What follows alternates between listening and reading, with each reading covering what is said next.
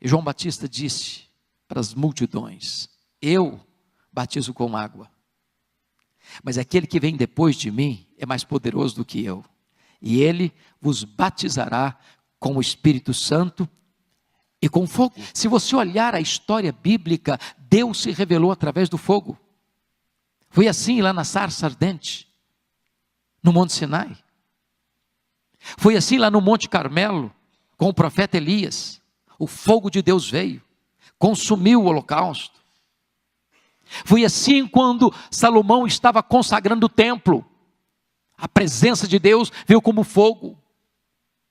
A Bíblia diz, e as Escrituras nos informam, que o trono de Deus é fogo, que Deus é fogo, que a palavra de Deus é fogo, que Ele faz dos seus ministros labaredas de fogo. E agora o Espírito Santo vem como línguas como de fogo, porque Jesus veio e a promessa de que Ele viria e batizaria com o Espírito Santo e com fogo. É claro que esse texto é um texto que dá margem para alguns e outros estudiosos dizerem que não, que batismo com o Espírito Santo é uma coisa e que batismo com fogo é o oposto de batismo com o Espírito Santo. Mas notem vocês que o texto não está dizendo Ele vos batizará com o Espírito Santo ou com fogo, mas Ele vos batizará com o Espírito Santo e com fogo. De tal maneira que as mesmas pessoas recebem tanto um quanto o outro. E aí me leva a uma ideia feita por Edwin Orr. Edwin Orr esteve aqui no Brasil no centenário do presbiterianismo. Talvez foi a pessoa, pelo menos que naquela época, mais conhecia e pregava sobre avivamento na história da igreja. E Edwin Orr relata um fato curioso, que ele estava pregando num grande culto de praça pública, uma grande multidão, e ele tem uma atitude que gera inicialmente muita estranheza, porque ele chama dois pastores à frente, um pastor aspersionista, como um presbiteriano, por exemplo, e um pastor imersionista, como o irmão pastor Batista, por exemplo. E aí na frente de toda aquela multidão, ele perguntou para os pastores assim: qual de vocês usa mais água no batismo? Gerou um constrangimento no auditório, era uma pergunta impertinente, era uma pergunta que gerava uma espécie de constrangimento público para aqueles dois ministros do Evangelho. E antes que o desconforto pudesse ser gerado, ele respondeu: não importa a quantidade de água que vocês usam no batismo, a língua continua seca. Nós precisamos de um batismo de fogo, porque só o fogo pode entrar para as suas entranhas e purificar você. Quando você trata do batismo com fogo, você está pensando em 4 coisas. Primeiro, o fogo ilumina. Segundo, o fogo aquece.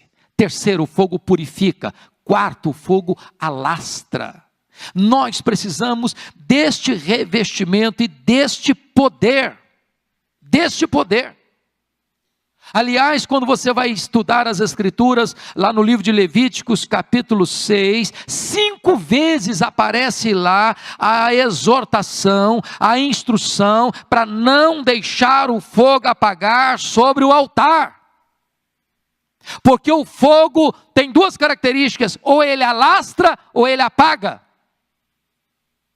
Para que o fogo continue aceso no seu coração, é necessário você manter o combustível do fogo, alimentar o fogo, porque senão ele apaga.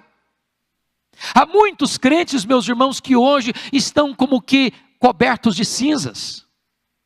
Houve um tempo na sua vida que houve fogo, houve um tempo na sua vida que houve fervor, houve um tempo na sua vida em que havia amor por Jesus, alegria na presença de Deus, delícia na oração, prazer no louvor, paixão pelo Evangelho, alegria em falar de Jesus Cristo. Esta chama foi apagando, foi ficando uma chama bruxuleante, e de repente esse fogo apagou, e essas brasas se tornaram um carvão cheio de cinzas e coberto de cinzas. Por isso o apóstolo Paulo diz para Timóteo: Timóteo, reavive, meu filho, o dom que há em você. E a palavra reavivar aí é o uso de foles para acender as brasas, para levantar o fogo, para aquecer novamente, para trazer fogo de novo. Nós precisamos deste fogo do Espírito Santo de Deus. General William Booth insistia com o seu povo: a tendência do fogo é apagar-se. Vigie o fogo no altar do seu coração. Irmãos, nós precisamos de uma igreja inflamada. quentinha, viva, cheia do fogo do Espírito de Deus. Às vezes eu olho para alguns crentes, parece mais uma barra de gelo do que uma fornalha acesa. Parece mais uma barra de gelo conservando o religiosismo, quando na verdade nós devemos ter o coração aquecido.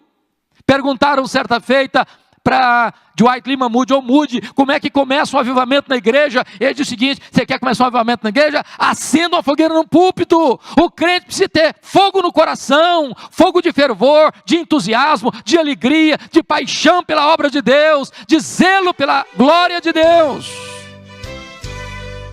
Precisamos de línguas como de fogo, amados irmãos.